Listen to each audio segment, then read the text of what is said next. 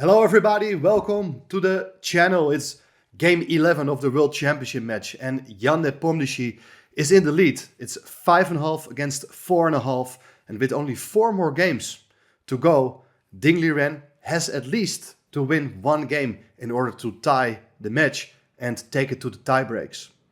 Today it's game 11 and Liren is playing with the black pieces, facing the move 1e4.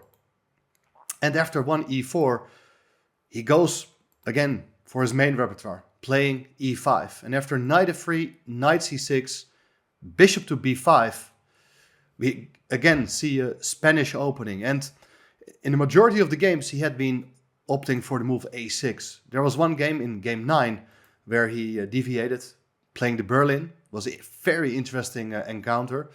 But a6 is his main repertoire. And it was also seen in the match before. Bishop a4, knight f6, white castles, and after bishop e7, like in game 5 of the match, Nepo plays here the move d3. Only in the first game of the match he decided to take on c6. It was a very interesting game, but is objectively speaking definitely less challenging. Giving up the bishop is not what you would like to do at such an early stage normally. So he goes for d3 again, and after b5, bishop b3, black goes d6. And now the interesting change of direction, considering the development of the match. As in game 5, Nepo had a fantastic game, playing the move c3. But this time he goes for a different move, another modest pawn move, anticipating black's idea to play knight a5 and catch the bishop on b3. He goes a3, very modest move. a4 would also have been an option, but in a sense it does make some sense as well that you keep the tension and don't want to increase the pressure too early on the pawn on b5. And this has all been seen many times before, and interestingly, the two main experts of this particular system are, with the white pieces, Jan Nepomniachtchi, and with the black pieces, Liren. So let's see what the guys have in store for us. The bishop goes back to a2, and now c5. It's the thematical follow-up, as black intends to grab space on the queen side and not minding giving up the control over the d5 square. Knight c3, heading for that d5 square. And now bishop e6. Typical strategy, as black's pieces are also trying to gain control over the d5 square. And now interesting moment, because quite a number of games, players have opted here for the move knight h4, with the idea to open up the path for the queen. Maybe the queen at some point will come to f3. But most importantly, the knight is on its way to f5. And white would definitely welcome the exchange of bishop for the knight, as after that the bishop on a2 just increases in strength. This idea with knight h4 has been popularized by Nepo, but it's a sharp move. As you can understand, white is not fully developed yet, and once the knight comes to f5, it can be exchanged. And I think, considering the match situation, Nepo in the lead is also fine having a more solid type of game, and goes for the other main move, bishop g5, with a very simple plan of trying to eliminate the knight on f6. It's the main defender of the d5 square, and then it will be easier for white to main control over the d5 square with either the knight or the bishop. Interesting moment. This line was popularized also by Fishy Anand, and in 2015 in Bilbao he had a game against Liren in which the Chinese player played here the move c4. It's a very ambitious move, trying to cut off the diagonal of the bishop, but for this occasion he decides to castle first, and I think it's probably a safer move, although it's interesting to see what's going to happen later, as Liren definitely has some ideas in mind regarding that c-pawn. Bishop takes f6, according to plan. It's a kind of a closed position, and after the exchange of bishop for the knight, White comes in with a knight to d5. It's a nice square, and black never really would like to give up the bishop for the knight, as in that case white's bishop comes to d5, and it's clear that the light squared bishop of white is more powerful than the bishop on f6. There are various ways of playing here. A typical idea could be to drop back with a knight to c6, and that has been seen in a number of games. Liren decides that the knight may still be useful on a5 for different reasons, and first plays the move g6, so that the bishop is able to drop back to g7. And later on, if white plays too softly, there are ideas to play f5, and black will search for counterplay on the king side. And Nepal was definitely prepared for this, because he was still blitzing all his moves. Play the move queen to d2. Subtle move, keeping an eye on that knight. It's still defended though by the queen on d8, but the queen also has to keep the bishop defended. So if white were to make another move here, he would definitely take on f6, capturing the bishop. Black recaptures with the queen, after which that knight on a5 is hanging.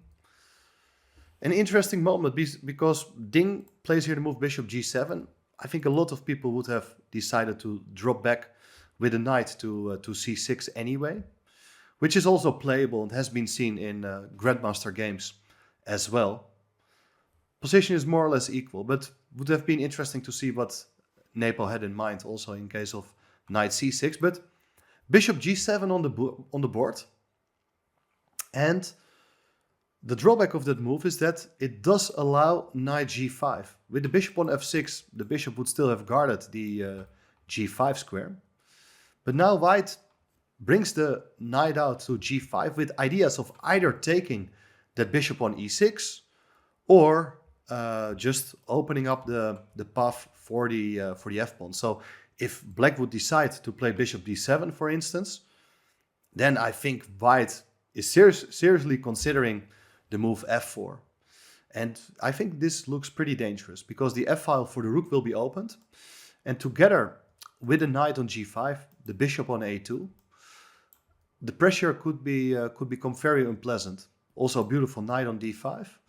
So I guess this is quite problematic. I think the way to go here for black is still to go back with a knight to c6. It's quite a reasonable move. And in case of something like f4, a very sensible idea would be to play knight e7, trying to fight for the control over the d5 square. I think that does make quite some sense. But the game is potentially quite sharp. You see that white is looking for ways to build up an attack, but black is still quite solid, having a lot of pieces being placed in the center. It didn't happen. And interestingly, Ding opts for the very same plan he applied in his game with Vishy Anand. He played here the move c4.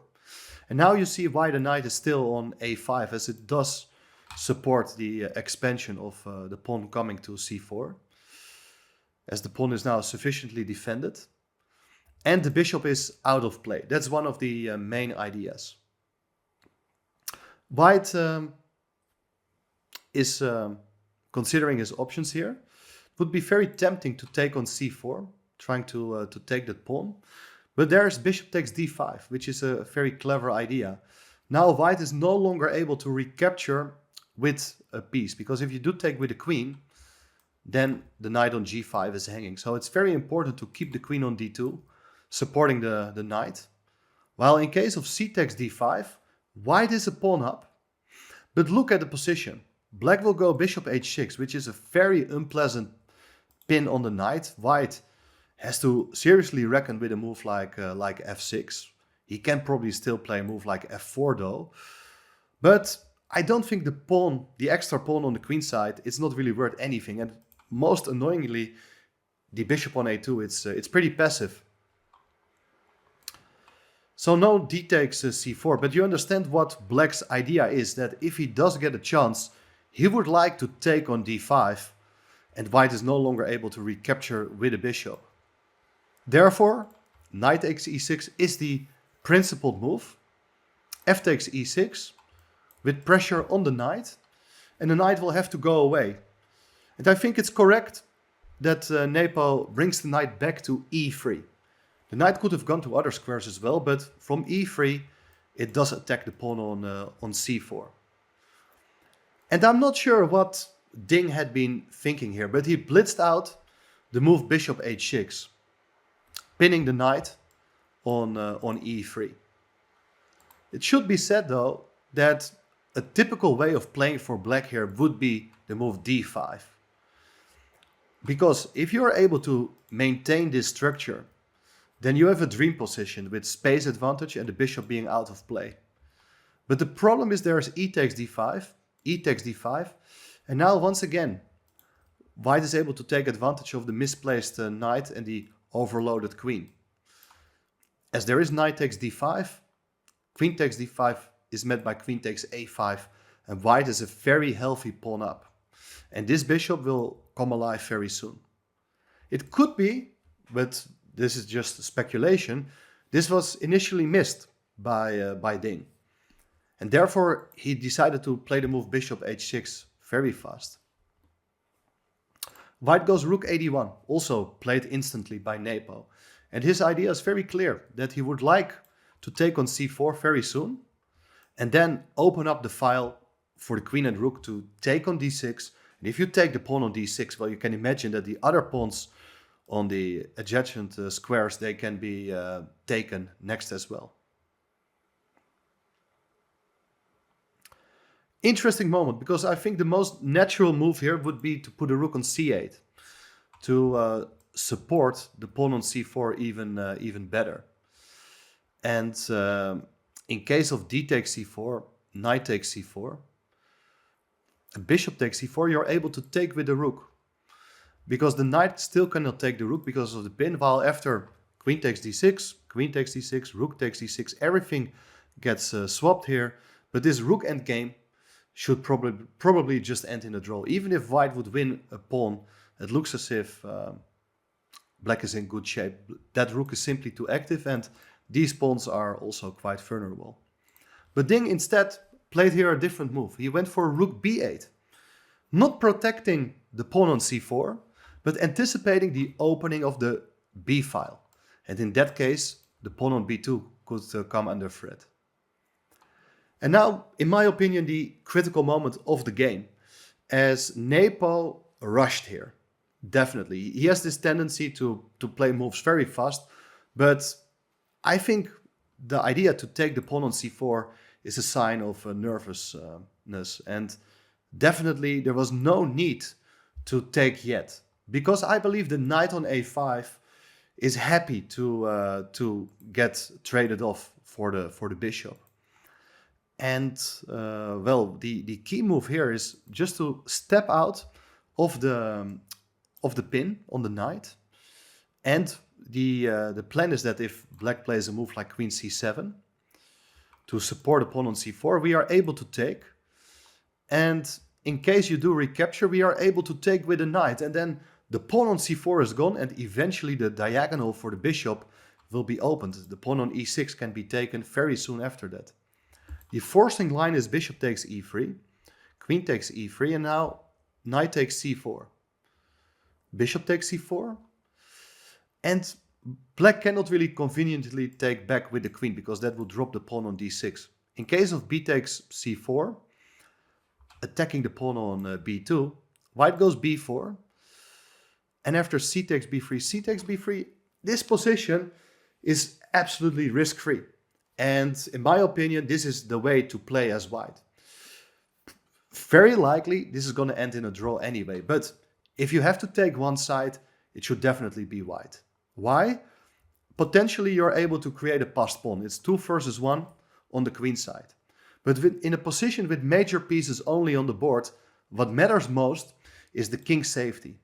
And since the center is open and the black pawns are not close to the king any longer, there are potential problems regarding its king safety. We never know what would have happened, because queen e2 was not played. Instead, Nepo decided to take on c4. And after knight takes c4, bishop takes c4, b takes c4, he went for simplifications with the move queen takes d6. Otherwise, that entire sequence doesn't make sense. The knight is still pinned. Black is doing fine otherwise. Queen takes d6. Everything comes off the board. And we get to see a single rook endgame, in which it seems as if the white rook is still more active. But after rook takes b2, black is also about to collect all these weak pawns in white's camp. There are a lot of ways to play here, but probably the outcome is already clear. Rook takes e6 was played. Black takes the pawn on c2. Rook takes a6. White is a pawn up, but you understand this pawn, it's a double pawn, cannot be used very efficiently. Rook a2 played, and now you cannot really run with your own pawn, because then black's c pawn can also become very dangerous. So that's why rook c6 played. Rook takes a3, rook takes c4, rook takes e3. Now you would like to attack the pawn on e5, but then there's rook takes e4. So first we chase the rook away. The rook goes away, it's no longer attacking the pawn, and now rook c5.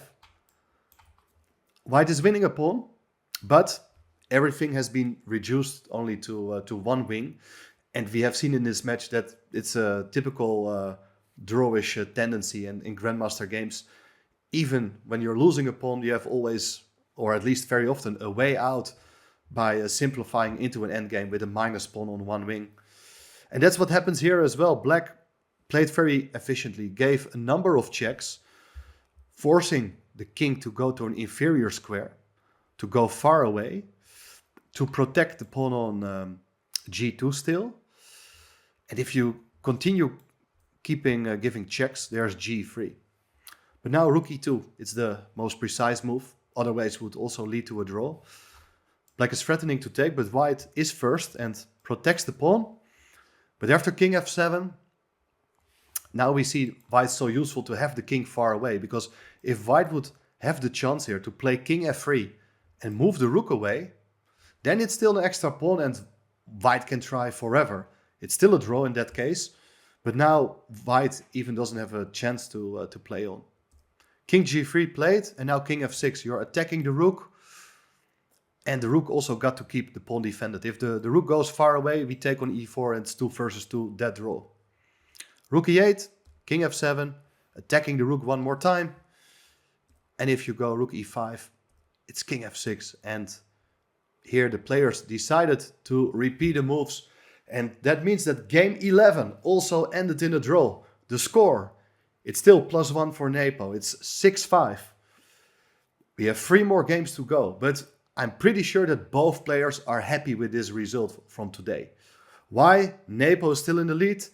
Ding survived a black game, and that proved to be the Achilles heel of his match so far. He's really suffering with the black pieces, at least result-wise. In certain games, he definitely got some promising positions. But now at least he has 2 more white games in the final 3 games of the match. I'm very curious to see what he is capable of in these 3 more games. And hopefully he's able to tie the score so we get even a tiebreak with more fantastic chess between these 2 players. Today was definitely one of the calmest games of the match, but you cannot expect these players to deliver every day. I'm pretty sure that in the final 3 games of the match, we will get to see more fireworks as the tension increases. See you then.